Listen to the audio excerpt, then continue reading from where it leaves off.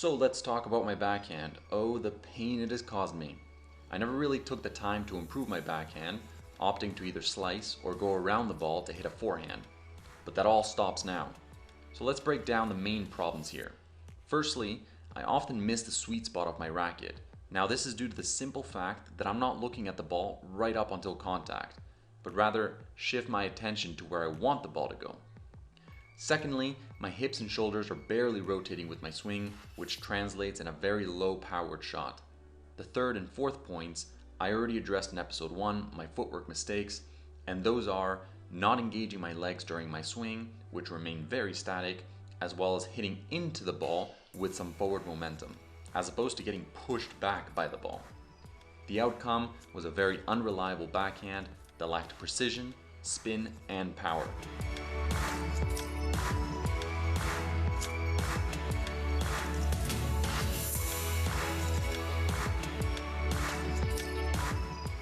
Even here, where I'm simply getting fed easy slow balls, I managed to miss 25% of my shots, and the 75% going in are definitely not winning me any points. So now to the solutions. As I've already gone over the footwork problems and solutions, I'll be concentrating on the focus points of my swing.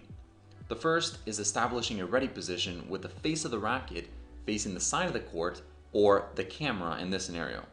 From there, dropping the racket down to around hip level with the butt of the racket again facing the camera, forcing that all important shoulder rotation, which will give us that leverage we need to power our shot.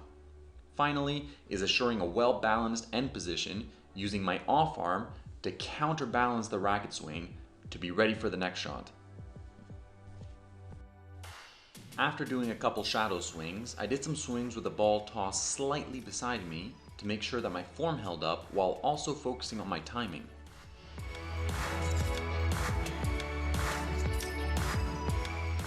Next, I ran through a couple of drills. The first is to again focus on maintaining the proper form of my swing whilst incorporating my legs into the swing to get that extra kick. Here, we can see that on some swings, the butt of my racket doesn't quite reach the position it needed to, so I didn't quite get as much shoulder rotation as I would have liked. So still some inconsistencies there to work on. But it's just a matter of continuous practice to better my consistency level. On some of the swings, however, there's definitely a big improvement on every front, so I'm very happy with that.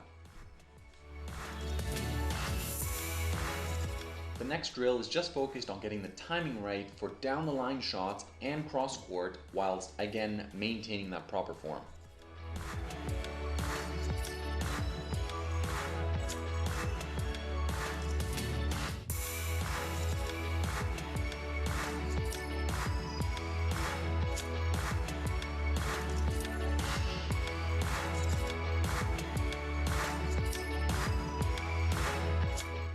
My backhand still has a long way to go. I have to improve my consistency level on these elements we just went over.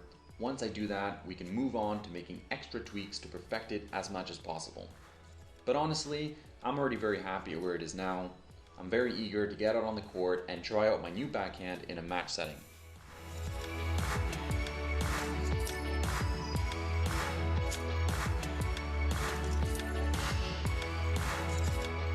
From where my backhand started out to now, it's really night and day. Now I have a proper starting point, good leverage position, and shoulder rotation.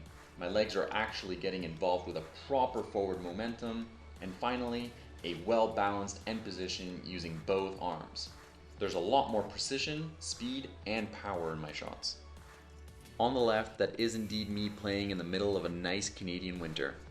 My friend and I spent several hours shoveling the snow off the court just to be able to play some tennis. It was extremely cold, but totally worth it.